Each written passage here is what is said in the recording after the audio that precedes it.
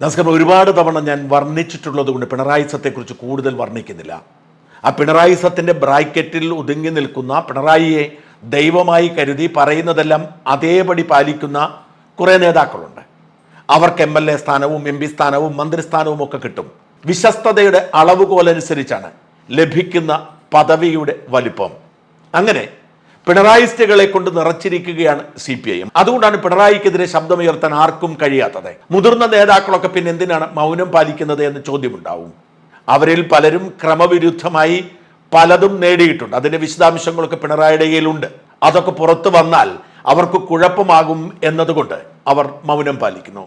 അങ്ങനെ അർഹിക്കാത്ത പദവിയിൽ എത്തിയ ഒരാളാണ് KK രാഗേഷ്. കണ്ണൂരിലെ CPMന്റെ പുതുതലമുറ നേതാക്കളിൽ ഒരാളാണ്. രാഗേഷിന് പിണറായി വിജയൻ ആദ്യം കൊടുത്തത് രാജ്യസഭാംഗത്വമാണ്.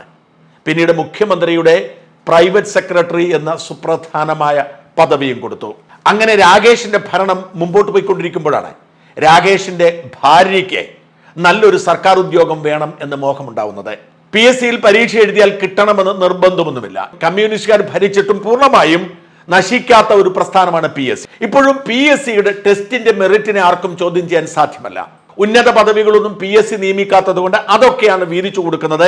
അതുപോലെ നമ്മുടെ സർവകലാശാലകളിലെ ജോലികൾ അടക്കമുള്ളവ PSCക്ക് വിട്ടിട്ടില്ല. അതുകൊണ്ട് ഏറ്റവും എളുപ്പത്തിൽ ഉയർന്ന ശമ്പളം വാങ്ങാവുന്ന തൊഴിൽ കിട്ടുന്ന ഒരിടം സർവകലാശാലകളാണ്. സർവകലാശാലകളിൽ നിയമിക്കപ്പെടുന്നത് പ്രധാനമായും ഇന്റർവ്യൂവിന്റെ അടിസ്ഥാനത്തിലാണ്. അടിസ്ഥാന യോഗ്യത ഉണ്ടാവണം. അടിസ്ഥാന യോഗ്യതയ്ക്കൊപ്പം ഇന്റർവ്യൂ ആണ് സർവകലാശാല നിയമനത്തിന്റെ മാനദണ്ഡം. പ്രിയ വർഗീസ് ഏറ്റവും പ്രധാനപ്പെട്ട ഒരു തസ്തികയായ അസോസിയേറ്റ് പ്രൊഫസറായി നിയമിക്കപ്പെടാൻ ആഗ്രഹിക്കുന്നു. അസിസ്റ്റന്റ് പ്രൊഫസർ എന്ന് പറയുന്നതാണ് തുടക്കം, അത് നമുക്ക് മനസ്സിലാക്കാം. പക്ഷേ അസോസിയേറ്റ് പ്രൊഫസർ എന്ന് പറയുന്നത് ഉയർന്ന ശമ്പളമുള്ള, സർക്കാരിന്റെ പല തസ്തികകളിലും പരിഗണിക്കപ്പെടാൻ സാധ്യതയുള്ള നല്ല ഉദ്യോഗമാണ്. അത് കിട്ടാൻ ചില നിബന്ധനകളുണ്ട്. അതിലൊന്ന് 8 വർഷത്തെ അധ്യാപക പരിചയമാണ്. പ്രിയ വർഗീസ് ദേവസ്വം ബോർഡ് മാനേജ്മെന്റിന്റെ കീഴിലുള്ള ഒരു കോളേജിലെ അധ്യാപികയായിരുന്നു.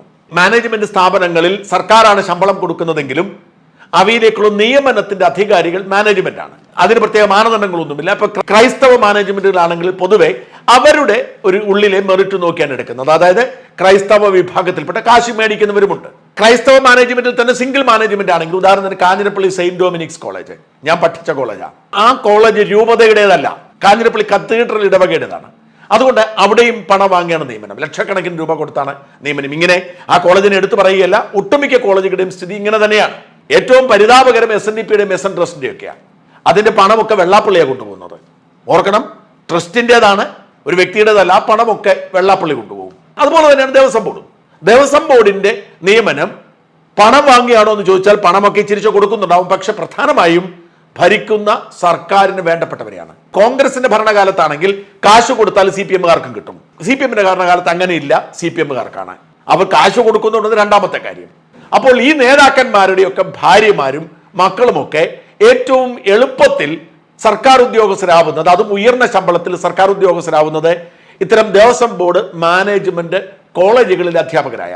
അങ്ങനെ രാഗേഷിന്റെ ഭാര്യ നേരത്തെ തന്നെ ദേവസ്വം ബോർഡ് കോളേജ് മാനേജ്മെന്റിന്റെ കീഴിൽ അധ്യാപികയായി.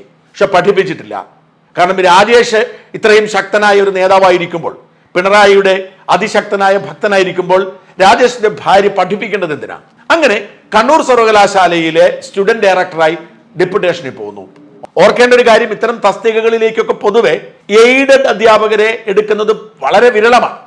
സർക്കാർ അധ്യാപകർക്കാണ് മുൻഗണന, അവരുടെ യൂണിയനാണ് ആ മുൻഗണന നിശ്ചയിക്കുന്നത്. ഇങ്ങനെ ഇരിക്കുമ്പോഴാണ് ഒരു എയ്ഡഡ് മാനേജ്മെന്റ് കോളേജിൽ നിന്നും പ്രിയ വർഗീസ് അപ്പോൾ തന്നെ ജോലിക്ക് കയറി അധികകാലം കഴിയാതെ തന്നെ സ്റ്റുഡൻസ് ഡയറക്ടറായി കണ്ണൂർ സർവകലാശാലയിലേക്ക് പോകുന്നത്. പിന്നീട് അവർ PhD എടുക്കാൻ പോകുന്നു. PhD നിർബന്ധമാക്കുന്നു പിന്നീട്.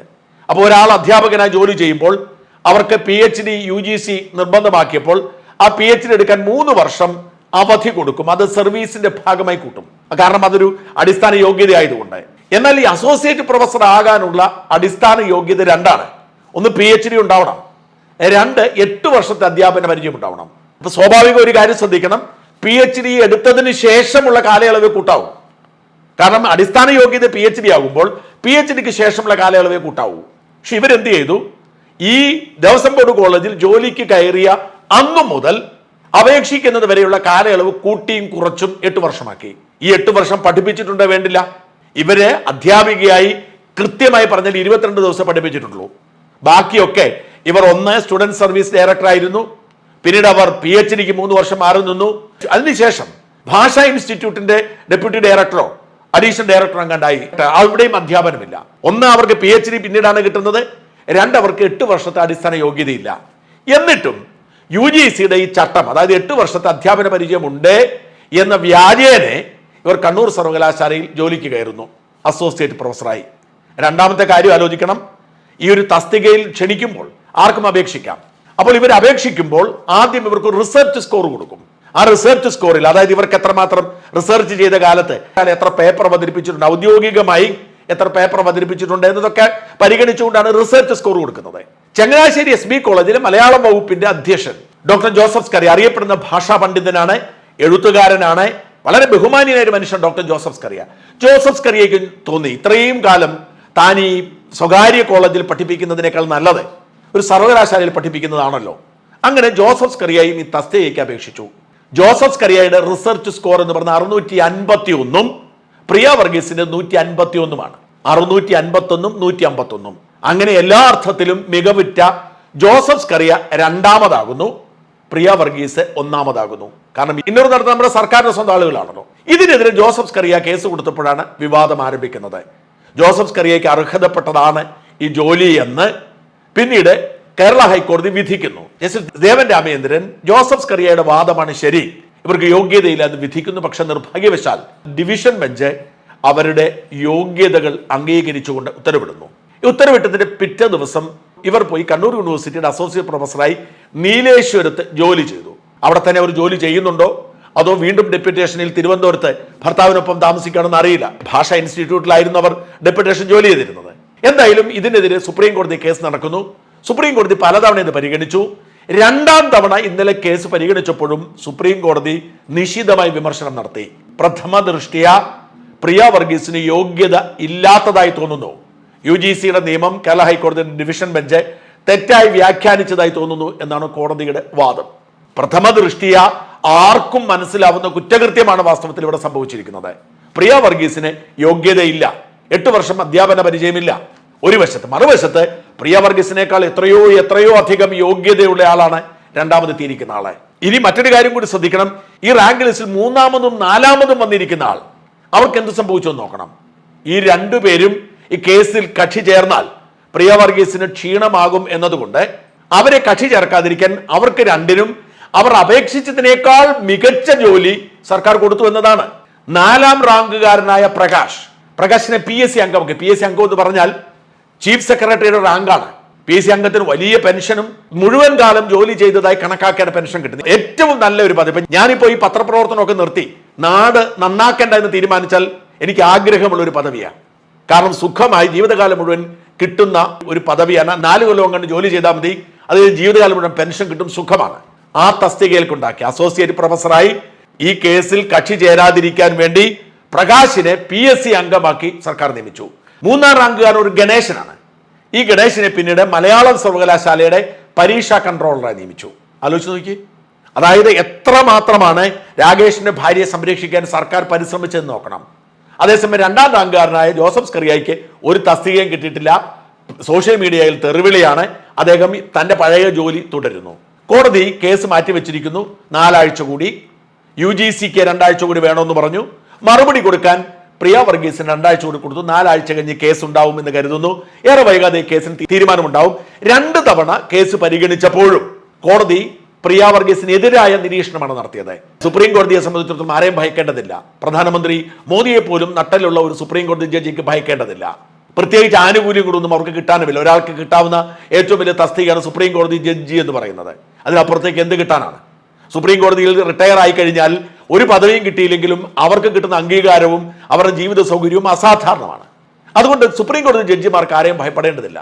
നിയമം നോക്കിയാണ് അവർ ചെയ്ത് കോടിക്കണക്കിന് രൂപ മുടക്കി മുതിർന്ന അഭിഭാഷകരെ, സീനിയർ അഭിഭാഷകരെ, കേരള ഹൈക്കോടതിയുടെ പഴയ ഒരു ചീഫ് ജസ്റ്റിസിന്റെ മകൻ സീനിയർ അഭിഭാഷകനെ തന്നെയാണ് കോടികൾ പ്രതിഫലം കൊടുത്ത് പ്രിയ വർഗീസ് ഇറക്കിയിരിക്കുന്നത്. അങ്ങനെ കേസ് നടത്തിക്കൊണ്ടിരിക്കുകയാണ്.